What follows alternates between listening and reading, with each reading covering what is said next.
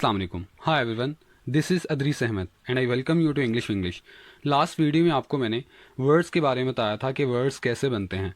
इस वीडियो में आपको मैं सेंटेंस के बारे में बताऊंगा कि एक सेंटेंस कैसे बनता है और उसके पार्ट्स के बारे में बताऊंगा कि सेंटेंस को बनाने के लिए हमें किन किन पार्ट्स की ज़रूरत पड़ेगी।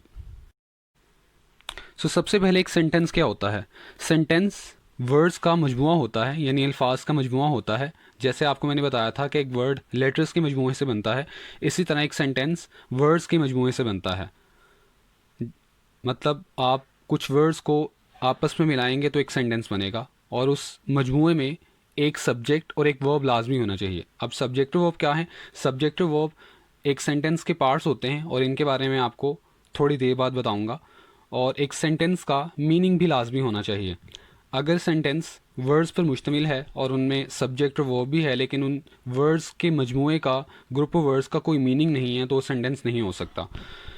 और आखिरी बात सेंटेंस के बारे में कि एक सेंटेंस इन 3 पंक्चुएशन के साइंस पर ख़त्म होगा। सेंटेंस के आखिर पर या तो फुल स्टॉप आएगा, या तो क्वेश्चन मार्क आएगा यानी सवालिया निशान, या फिर साइन ऑफ एक्सक्लेमेशन जिसे एक्सक्लेमेशन मार्क या साइन भी कहा जाता है, ये आएगा।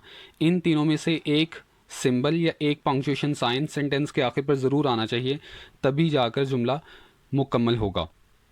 अब हम चलते हैं पार्ट्स ऑफ सेंटेंस की तरफ कि एक सेंटेंस के कितने पार्ट्स होते हैं और वो कौन कौन से हैं। एक सेंटेंस के बेसिकली 3 पार्ट्स होते हैं, सब्जेक्ट, वर्ब और ऑब्जेक्ट।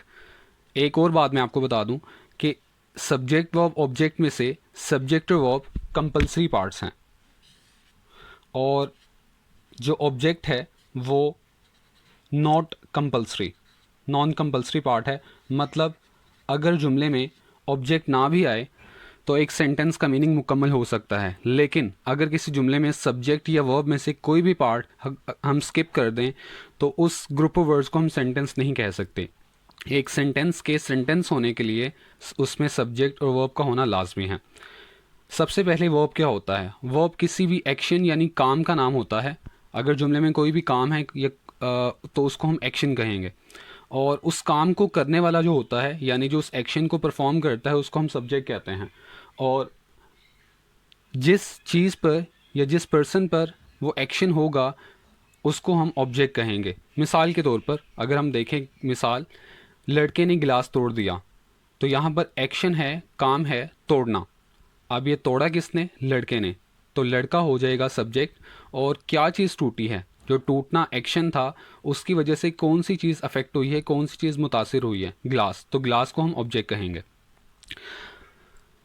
एक और बात, सब्जेक्ट 2 चीज़ें हो सकती हैं। सब्जेक्ट कोई पर्सन भी हो सकता है और सब्जेक्ट कोई थिंग भी हो सकती है। Same case with object, object भी कोई पर्सन भी हो सकता है और ऑब्जेक्ट कोई थिंग भी हो सकती है। अब हम चलते हैं एग्जाम्पल्स की तरफ। यहाँ पर कुछ मिसालें लिखी हुई हैं। मिसाल number 1, the students are helping the poor. इसका मतलब तलबा गरीबों की मदद कर रहे हैं। अब यहाँ पर अगर हम देखें तो हेल्प करना यानी मदद करना एक एक्शन है, काम है। उस एक्शन को परफॉर्म करने वाला, जो एक्शन को परफॉर्म कर रहा है यानी जो काम कर रहा है, वो स्टूडेंट्स हैं, तो तलबा को हम यहाँ पर सब्जेक्ट कहेंगे। और जिस पर्सन पर ये एक्शन हो रहा है वो गरीब हैं, यानी गरीबों की मदद की जा रही है, तो जिस पर कोई एक्शन होता है उसे हम ऑब्जेक्ट का नाम देते हैं। इसी तरह दूसरी मिसाल अगर हम देखें, द चाइल्ड स्माइल्ड, इसमें स्माइल एक एक्शन है तो इसको हम वर्ब कहेंगे, और इस एक्शन को परफॉर्म करने वाला जो कि सब्जेक्ट, वो चाइल्ड है। एक और बात मैं आपको बताता चलूँ, आपको जैसे कि मैंने बताया था कि ऑब्जेक्ट का होना जुमले में ज़रूरी नहीं है, इसलिए यहाँ पर ऑब्जेक्ट नहीं है क्योंकि ऑब्जेक्ट की यहाँ पर ज़रूरत ही नहीं है, इसलिए ऑब्जेक्ट के बगैर ये जुमला मुकम्मल है। आखिरी बात, सब्जेक्ट जो कि किसी एक्शन को परफॉर्म करता है लेकिन बाज़ जुमलों में एक्शन नहीं भी होता, तो वहाँ पर हम सब्जेक्ट को ऐसे डिफाइन करेंगे कि कोई ऐसा पर्सन या चीज़ जिसके बारे में हमें कोई बात बताई जाए। मिसाल के तौर पर ही इज़ अ डॉक्टर, यहाँ पर कोई एक्शन नहीं है लेकिन यहाँ पर हमें ही के बारे में कुछ बताया जा रहा है, तो यहाँ पर हम ही को एक सब्जेक्ट का नाम देंगे। तो यहाँ पर ही एक सब्जेक्ट का काम कर रहा है। So that was all about sentence. Next video में आपको मैं सेंटेंस स्ट्रक्चर के बारे में बताऊँगा। So here the video ends. See you in the next video. अल्लाह हाफिज़।